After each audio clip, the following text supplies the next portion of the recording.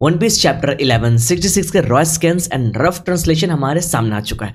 Last chapter जहां पर खत्म हुआ, ये चैप्टर वहीं से स्टार्ट होता है। चैप्टर का टाइटल है new stories. God will climax के बाद आगे का जो सिनारियो है इसके ऊपर बेस्ड करके ये टाइटल है। आगे इन सबके बाद हम लोग स्टार्टिंग में देखते हैं ज़ेबेक को। वो जमीन में लेटा है और वहां पर ये बैटलफील्ड छोड़ के रॉजर एंड गार्प ऑलरेडी चले गए। ये अलग बात है कि ज़ेबेक के ऊपर फाइनल ब्लो देने के बाद रॉजर एंड गार्प हिल नहीं पा रहे थे, वहीं पर लेटे थे। जैसे उन लोगों ने पहले ही बोला कि ये उनका फाइनल रिजर्व है, इसके बाद वो लोग मूव नहीं कर पाएंगे। तो वो लोग मूव सच में नहीं कर पा रहे थे, वो दोनों अनकॉन्शियस हो चुके थे।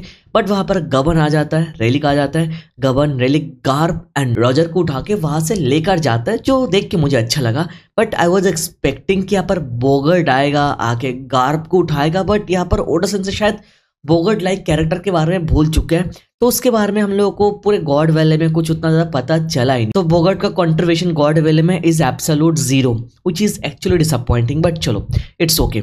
इन सब के बाद आगे हम लोग देखते हैं ज़ेबेक बैटलफील्ड में अकेले था। वो वहां पर पड़ा था, मरा नहीं था। इतना खतरनाक अटैक लेने के बाद भी वो अपने आप से बात कर रहा था। रॉक्स अपने आप को बताने लगता है कि रॉजर एंड गार्प का स्ट्रॉन्गेस्ट हाकी अटैक, उनका लास्ट रिजॉर्ट भी मेरे ऊपर काम नहीं आया, मैं मरा नहीं, ये काम नहीं किया। बट आगे वो बताने लगता है, गार्प, रॉजर, तुम लोग यहाँ से भाग जाओ, तुम लोग यहाँ पर नहीं मर सकते हो, बंदा यहाँ पर मरने वाला है। अपनी फिक्र ना करके वो रॉजर एंड गार्प के बारे में फिक्र कर रहा है, जो उसका राइवल है। वो बोल रहा है कि वो लोग यहाँ पर नहीं मर सकते, विच इज समथिंग मैंने पर्सनली एक्सपेक्ट नहीं किया था कि यहाँ पर ज़ेबेक अपने डाइंग टाइम में भी यार रॉजर एंड गार्प को बचाने के बारे में सोचेगा। वो नहीं चाहेगा कि वो मर जाए। आगे इन सबके बाद हम लोग होली नाइट्स को देखते हैं। Holy knight leader Garling, Figarland, Somers holy knight and Maffie holy knight वहां पर थे। वो तीनों एक साथ थे और उनका एक कन्वर्सेशन मुझे बहुत ही फनी लगा। आगे गार्लिंग बताने लगता है सॉमर्स को, जाके चेक कर ज़ेबेक जिंदा या फिर मर चुका है। सॉमर्स बताने लगता है, ना मैं चेक नहीं कर सकता, तू जाके खुद चेक कर ले। आगे गार्लिंग बताने लगता है कि मैं यहाँ पर 1 से 3 गिनूंगा, फिर सब लोग एक साथ मिलके जाएंगे चेक करने के लिए। नहीं भाई, तुम समझ रहे हो, bro is a holy knight leader. Currently bro become an elder, but bro scars of Zebec जो ऑलरेडी मर चुका है, 1 HP बच्चा। तो ज़ेबेक ने जो सारे होली नाइट को सिंगल हैंडली पेल दिया ना, ज़ेबेक को देखने के बाद उनके अंदर वो डर अभी भी है ज़ेबेक के लिए। दैट रीजन गार्लिंग, फिगरलैंड अकेले चेक करने नहीं जा रहा था, गार्लिंग, सॉमर्स एंड मैफी को साथ में लेकर गया। ब्रो से तो प्रूव हो जाता है गार्लिंग इज द बिगेस्ट फ्रॉड। और मुझे समझ में नहीं आ रहा है भाई ये शैंक्स का बाप कैसे, शर्म आनी चाहिए। बट चलो इन सब के बाद आगे हम लोग देखते हैं गार्लिंग, सॉमर्स और मैफी तीनों एक साथ ज़ेबेक के वहां पर चले आते हैं। गार्लिंग ने जब नोटिस किया ज़ेबेक यहाँ पर हिल नहीं पा रहा है, हेविली इंजर्ड है, तो गार्लिंग अपने सोर्ड को बाहर निकालता है और ज़ेबेक के बॉडी में डाल देता है। एक खतरनाक स्टेप और एक क्विक स्टेप था, बिकॉज गार्लिंग को डर था कि ज़ेबेक किसी भी टाइम उड़ भी सकता है, तो उसने टाइम नहीं लिया, इमीडिएटली ज़ेबेक को उसी हाल में स्टेप कर दिया। तो ज़ेबेक के स्टेप लेने के बाद मर जाता है, बट मरने से पहले वो अपने डाइंग लास्ट वर्ड्स छोड़ के जाता है। पर उसका लास्ट वर्ड कुछ ऐसा है जो हम लोगों ने एक्सपेक्ट किया नहीं था। वो कुछ मेजर रिवील करता नहीं, वो अपने लास्ट वर्ड में बोलता है, oh I almost forgot, thank you for stopping my rampage. Dying word पे वो बोल रहा है कि ओह मैं तो भूल गया, मेरी रैम्पेज को रोकने के लिए शुक्रिया गार्प एंड रॉजर। उसका जो डोमिनिवर्सी वाला वर्जन सब कुछ डिस्ट्रॉय कर रहा था, लोगों को मार रहा था, इसको रोकने के लिए गार्प एंड रॉजर को लास्ट वर्ड में थैंक यू बोल के मरता है। भाई आई डोंट नो भाई, वन पीस वर्ल्ड में ऐसे हेल्दी राइवल हम लोगों ने कभी देखा भी है या फिर नहीं ना ब्रो। ज़ेबेक के इस लास्ट वर्ड के साथ ज़ेबेक मर जाता है, उसका सिनारियो यहीं पर खत्म है। एंड आई थिंक भाई मुझे एक ज़ेबेक के ऊपर सेपरेट वीडियो बनाना चाहिए, उसके लेगेसी के ऊपर, जो मैं अलग से एक बनाऊंगा फॉर श्योर। ज़ेबेक मरने के बाद हम लोग कुछ अलग अलग कैरेक्टर्स के फेस देखते हैं, व्हाइट बियर्ड, लिन लिन, कायदो और बाकी सारे अलग अलग कैरेक्टर्स। और ज़ेबेक मरने के साथ जो गॉड वैली, जो एंटायर आइलैंड है, वो पानी के नीचे डूब जाती है। बट यहाँ पर जो गॉड वैली आइलैंड डूबी, इसको किसी शिप ने नहीं डुबाया, इसको कोई एंशियंट वेपन ने नहीं डुबाया। फर्स्ट ऑफ ऑल हम लोग को लगा था कि इमू ने जो ऑर्डर किया है, वो ऑर्डर सुनने के बाद मरीन्स वाले अटैक करेंगे वॉर इंसिडेंट की तरफ, फिर सब कुछ एग्जिस्टेंस से मिटा देंगे। बट ऐसा हुआ नहीं। इट वाज मोर लाइक कि जो रॉजर एंड गार्प ने अपना कंबाइंड लास्ट रिजॉर्ट अटैक किया था, उस अटैक के इफेक्ट से गॉड वैली लाइक आइलैंड पानी के नीचे डूब चुका है। यह अटैक एक ऐसा अटैक था जिससे पावरफुल अटैक आज तक पूरे वन पीस वर्स में हम लोगों ने टिल नाउ देखा नहीं ब्रो। उनके इस कंबाइंड अटैक ने पूरे गॉड वैली आइलैंड को डुबाया, कोई वेपन ने नहीं, कोई शिप ने नहीं ब्रो। और ऊपर से स्टील्स वाला चैप्टर के अंदर हम लोग को फिर से दिखाता है जो लास्ट टाइम स्काई स्प्लिट हुआ था लास्ट चैप्टर में, वो स्टिल ठीक नहीं हुआ, वहां से लाइटनिंग भी आ रहा है। तो ये अटैक गार्प एंड रॉजर का बहुत ही मैसिव अटैक था ब्रो। लेकिन सबके बाद रॉजर ओरो जैक्सन पे चला जाता है, वहीं पर वो लोग एक आवाज सुनते हैं चेस्ट बॉक्स से, वहां पर उन लोगों को शैंक्स मिलता है, वही पुराना पैनल जो ऑलरेडी हम लोगों ने देख के रखा वही देखते हैं। मतलब और भी कन्वर्सेशन होता है जिसका कोई ठीक से ट्रांसलेशन आया नहीं, बिकॉज ये सब कुछ देखने के लिए चैप्टर आने तक वेट करना पड़ेगा। अभी रफ ट्रांसलेशन है विथ रॉय स्कैन्स, तो इससे थोड़ा बहुत काम चला लो। आगे गार्प का भी थोड़ा बहुत कन्वर्सेशन हम लोग देखते हैं, जिसका कोई ट्रांसलेशन हमारे सामने नहीं आया, बट आगे हम लोग लोकी का रिएक्शन देखते हैं। लोकी वॉज क्राइंग, अपनी जो बीस्ट फ्रेंड्स है उनके साथ लोकी था। लोकी को फाइनली पता चल जाता है न्यूज़पेपर के थ्रू कि यहाँ पर ज़ेबेक मर चुका है। और लोकी का एक छोटा सा फ्लैशबैक हम लोग ज़ेबेक के साथ देखते हैं, जहाँ पर ज़ेबेक उसको मना कर देता है कि वो उसको क्रू में नहीं लेने वाला है। लोकी तो बार बार रिक्वेस्ट करता है ज़ेबेक को, लेकिन मैं बच्चों को क्रू में लेता नहीं। लोकी ज़ेबेक को नीका बुला रहा था। लोकी को लग रहा था ज़ेबेक यहाँ पर नीका है जो पूरी दुनिया को डिस्ट्रॉय करने वाला है, बट ज़ेबेक बता देता है कि वो कोई गॉड नहीं है।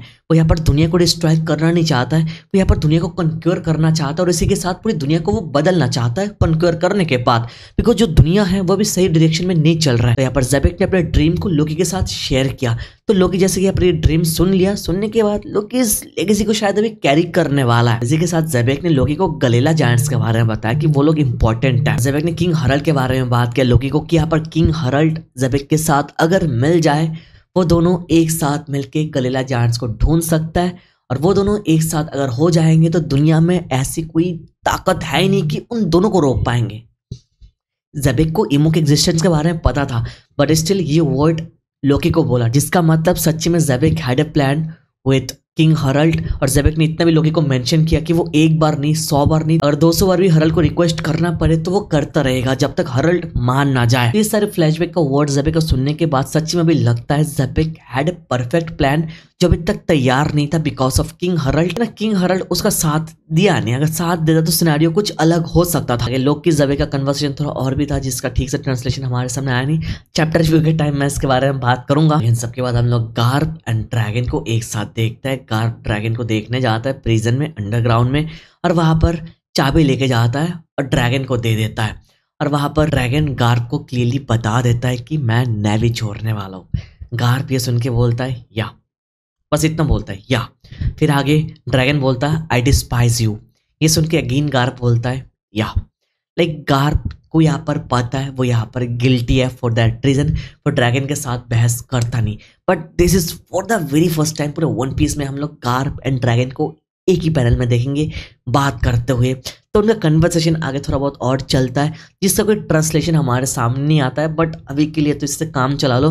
बाकी चैप्टर आने के बाद इसके बारे में हम लोग खुल के बात करेंगे। जैसे कि यहाँ पर ज़ेबेक मर चुका है, रॉक्स पायरेट डिसबैंड हो चुका है, तो इसकी न्यूज़ पूरी दुनिया में फैल जाती है। और किंग हरल्ड ये न्यूज़ देख के रोने लगता है।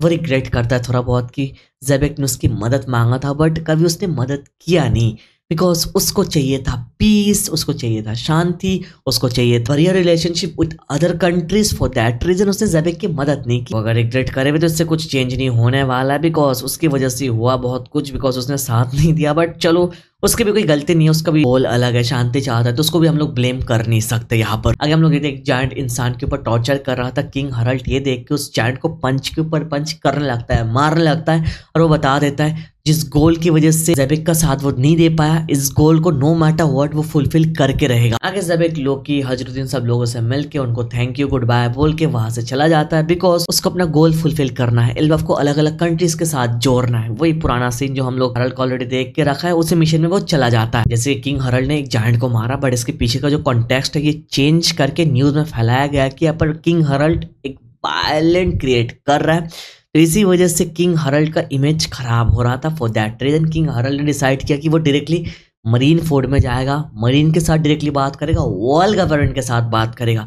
तो उसके लिए वो रवाना करता है, वहां पर पहुंच जाता है। आगे हम लोग एपिक डबल स्प्लिट में देखता है, मरीन के सामने वो झुक के लिटरली अपना हॉर्न तोड़ देता है, ये प्रूव करने के लिए कि वो यहाँ पर पछता रहा है। जो जायंट का बैक स्टोरी है, हिस्ट्री है, बहुत वायलेंट है, वो इससे रिग्रेट करता है और वो इस पूरे चीज़ को चेंज करना चाहता है। फॉर दैट रीजन उसका जो एंशियंट हॉर्न है, जिससे रिप्रेजेंट करता है कि जायंट का एग्रेशन, वार टाइप नेचर, इसको वो सबके सामने रिमूव कर देता है। ये प्रूव करने के लिए वो यहाँ पर बदल रहा है और सबको बदल देगा। यहाँ पर पैनल बहुत मस्त था, हॉर्न तोड़ के वर्ल्ड गवर्नमेंट को ऑफर करता है, पूरा फेस में हम लोग देखते हैं ब्लड ही ब्लड है। हेरियोस लेके लेट में अटोन फॉर द सीन जो 1000 साल से जायंट्स वाले कमिट कर रहा है, वार कर रहा है, वायलेंट कर रहा है। जायंट्स के बिहाफ से वो सब लोगों से माफी मांगता है। लिटरली ये भी ऐड करता है वो यहाँ पर शांति के लिए एक स्लेव बनकर रहने के लिए भी तैयार है। लिटरली भाई एक किंग होने के बाद वो ये बोलता है अपने घुटनों में बैठ के कि वो एक स्लेव बनने के लिए तैयार है। बंदे को चाहिए शांति। अब इसी वर्ड के साथ लास्ट में हम लोग इमो का लुक देखते हैं, इमो की आंखें देखता है। इमो ये सुन के वाज मनी मन like you know this what I wanted. और तो यहाँ पर आ चुका है, एल्बफ को वो मिलिट्री बनाना चाहता है, हमको पता है। सारे वॉरियर्स को अपनी तरफ लेना चाहता है, जो ऑलरेडी ज़ेबेक को बता दिया था। यहाँ पर किंग हरल्ड आके स्लेव बनने के लिए खुद से तैयार है भाई। तो इमो क्या करेगा, बकरी चलते उसके पास आ गया तो भाई इमो तो भाई यूज करेगा फॉर श्योर। तो इसी के साथ चैप्टर खत्म हो जाता है। मैंने ऑलरेडी बताया रफ ट्रांसलेशंस है, रॉय स्कैन्स है, बहुत सारी चीजें मिसिंग है, बहुत सारे अलग अलग कन्वर्सेशन है जो मिसिंग है, बट जो मेन सीन्स है वो यहाँ पर मैंने तुम लोगों को ऑलरेडी बता दिया और दिखा भी दिया। ऑफ कोर्स इट्स कंफर्म्ड कि इस चैप्टर के साथ ज़ेबेक सच में मर जाता है और आगे से हम लोग ज़ेबेक को नहीं देखने वाला है। तो कमेंट पे make sure to type rest in peace. कल परसों के अंदर मेरी चैप्टर रिव्यू वीडियो आ जाएगा, उसके लिए वेट कर लेना। वीडियो तक देख रहे हो तो make sure to that like button, channel पर नहीं हो तो प्लीज सब्सक्राइब कर लेना। Thank you so much watching this video. तो मिलता है नेक्स्ट वीडियो में। टाटा।